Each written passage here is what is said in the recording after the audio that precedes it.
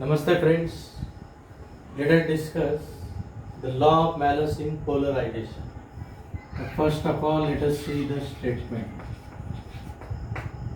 This law of a statement. If theta is the angle between axis का plural axis of polarizer and analyzer, then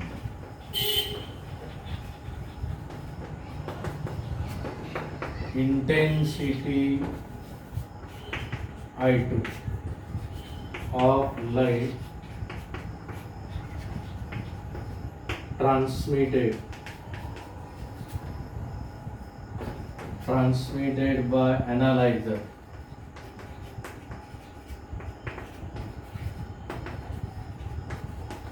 is given by I2 equal to I1 cos square theta. This is theta, where I1 equal to intensity of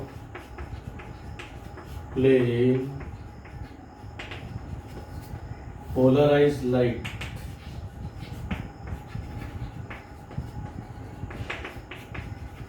transmitted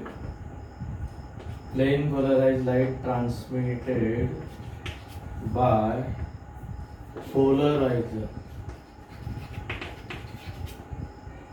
Okay, ये prove करना है. Theta is the angle between axis of polarizer and analyzer. हमने study किया है detection of plane polarize light. उसके अंदर analyser क्या है, पोलराइजर क्या है, ये अपना वो है. उन दोनों में यदि उसमें आपने पढ़ा है दोनों पैरेलल है तो इंटेंसिटी जो एनालाइजर ट्रांसफ़र कर रहा है वो सेम एज पोलराइजर. 90 डिग्री पे क्या होता है, नो लाइट इज ट्रांसफर. लेकिन उसके अलावा अलग कुछ एंगल है थीटा, तब क्या इंटेंसिटी ट्रांसफर होने वाली है. तो I2 equal to I1 cos square theta. इसे प्रूव करना है. Let us prove this. This is the direction of propagation. ये है रिप्रेजेंटेशन ऑफ अनपोलराइज्ड लाइट. ये अनपोलराइज्ड लाइट का रिप्रेजेंटेशन. ये ऐसे डिफरेंट वाइब्रेशंस, इलेक्ट्रिक वाइब्रेशंस ऐसे जा रहा है light. For sake of convenience it is resolve into two parts, vertical vibration and horizontal vibration. अब सर्कल इंडिकेट कर रहा है पोलराइजर, ये उसका एक्सिस. इसके पहले हमने टर्मलाइन क्रिस्टल लिए थे, तो उसकी जगह पे एक सर्कल दिखा दिया. ये सर्कल मतलब पोलराइजर, तो ये बन गया उसका axis of polarizer. So this is axis of polarizer. तो वर्टिकल वाइब्रेशन पास होने वाले क्योंकि ट्रांसमिशन एक्सिस वर्टिकल है. अब इसका एम्पलीट्यूड मान लो E1 है. एम्पलीट्यूड के लिए लेटर A यूज करते हैं, लेकिन यहाँ पे E इसलिए यूज किया लाइट के वाइब्रेशन मतलब इलेक्ट्रिक फील्ड वाइब्रेशन. अब इलेक्ट्रिक फील्ड का फर्स्ट लेटर क्या है, E, इसलिए E से इंडिकेट करो. वे दूसरा आइडेंटिकल पोलराइजर मतलब इसे हम नाम देने वाले हैं एनालाइजर. ये वर्टिकल लाइन इसके एक्सिस को रिप्रेजेंट कर रही है पोलराइजर, लेकिन ये एनालाइजर का एक्सिस उसे इंक्लाइन रखा है. This is the axis of analyser. ठीक है, ये कौन सा एक्सिस है analyser. This is the axis of analyser between the two angle theta. Amplitude इसके अलावा आने वाला है. एम्पलीट्यूड वेक्टर क्वांटिटी है, इसे पैरेलल आने वाला है. ये इसका एम्पलीट्यूड मान लेते हैं E2. तो वर्टिकल के साथ मतलब पोलराइजर का जो एक्सिस है उसके साथ इसका एंगल क्या है, थीटा. ये एंगल क्या थीटा, ठीक है। अब E2 के मतलब इस एम्पलीट्यूड E2 को इन टर्म्स ऑफ E1 लिख सकते हैं क्या? तो लेट अस राइट, ये लाइन रिप्रेजेंट कर रही है, this line represent axis of polarizer, ये पोलराइजर का एक्सिस है, मतलब ये वाला, ये वर्टिकल लाइन। अब ये इंक्लाइन के अलावा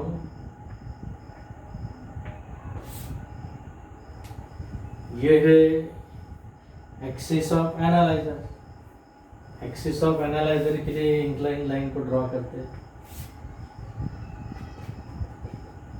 axis of analyser. So this line, arrow देने की जरूरत नहीं, यहाँ पे लिख देता हूँ डायरेक्ट, एक्सिस ऑफ एनालाइजर। इसका एम्पलीट्यूड वर्टिकल के अलॉन्ग एम्पलीट्यूड क्या है, E1 है, ये वाला। इसका इफेक्ट यहाँ से एक परपेंडिकुलर इस लाइन पे डाल देते हैं, दूसरा परपेंडिकुलर ऐसे, ये है अपना E1, इधर एक परपेंडिकुलर डाल दिया, ठीक है। ये भी तो परपेंडिकुलर है इस तरह से, ये कंपोनेंट बन गया, ये दूसरा कंपोनेंट। अब ये एंगल क्या है, वर्टिकल के साथ थीटा है, ये थीटा। तो along this axis of analyser E1 का कौन सा पार्ट आने वाला है, ये एडजेसेंट साइड है, और ये बराबर ये 90 डिग्री बन रहा है, ये भी 90 बन रहा है यहाँ पे। तो 90 के सामने वाला ये क्या है, हाइपोटेन्यूस है, तो ये एडजेसेंट साइड बनेगा hypotenuse E1 into cos theta. तो ये क्या बनेगी, E1 sine theta, this is E1 into, इसकी कोई जरूरत नहीं है, ठीक है। ये 90 डिग्री के रिप्रेजेंटेशन की लाइन थी, उसको रब कर देता हूँ क्योंकि एरो नहीं दिखने वाला। ये भी 90 डिग्री को रब करता हूँ क्योंकि एरो ठीक से नहीं दिखेगा, ठीक है। तो ये एडजेसेंट वाला पार्ट बन गया है E1 cos थीटा, लेकिन उसे हमने क्या नाम दे दिया है, E2। तो therefore replace this E2 by E1 cos theta. This E2 means amplitude along this, amplitude of क्या है, amplitude of this plane polarized line when it is allowed to pass through analyzer, it's amplitude is now E2, क्योंकि second crystal से जा रहा है इसलिए E2। But E2 in terms of E1 क्या आ रहा है, E1 cos थीटा आ रहा है। अब इसी इक्वेशन को लिखना है ये प्रूव करने के लिए। So let us rub this, अब इस स्टेटमेंट को रब करता हूँ, हमें प्रूव करना है ये part.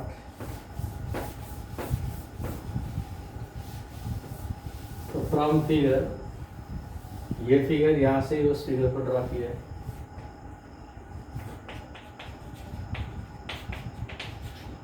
From figure E2 equal to E1 cos theta, squaring on both sides, squaring on both sides, E2 का square is equal to E1 square, इसका cos square theta. Let us write equation 1.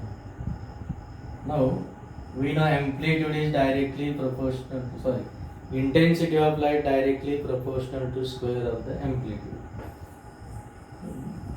We know intensity directly proportional to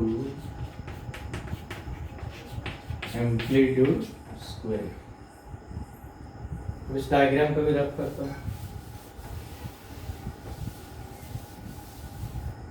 intensity के लिए symbol R, directly proportional to amplitude के लिए यहाँ पे लिखना है E for electric field, electric field का एम्पलीट्यूड इसलिए E, इसका क्या स्क्वायर, तो intensity proportional to amplitude square. Therefore I2 मतलब intensity of light transmitted by second crystal, second वाले को हम बोल रहे हैं एनालाइजर, पहले को बोल रहे हैं पोलराइजर, उसकी इंटेंसिटी I वाला।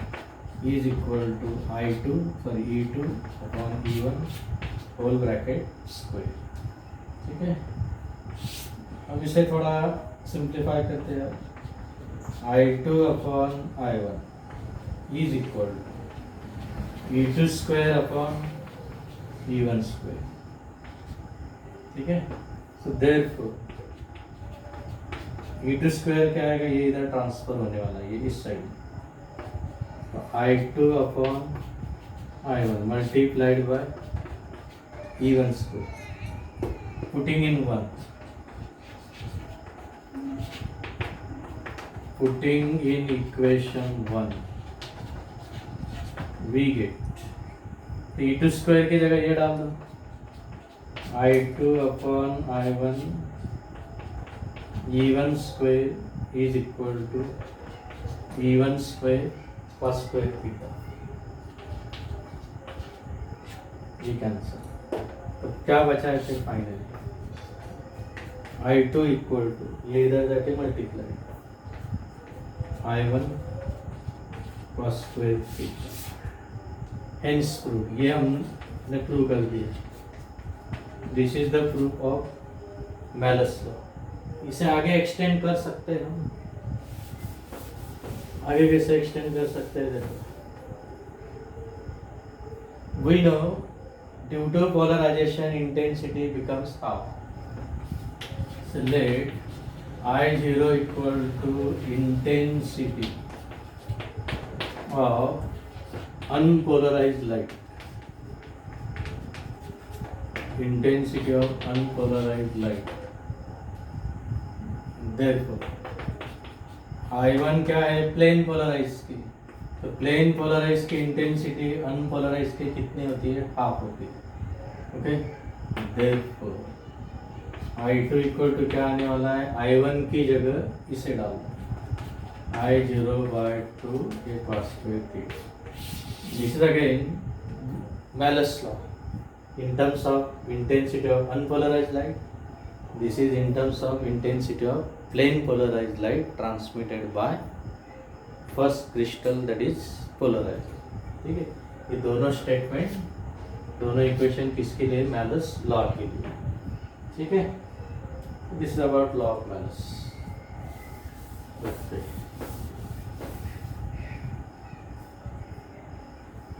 इसके बाद हमें डिस्कस करना है फिर,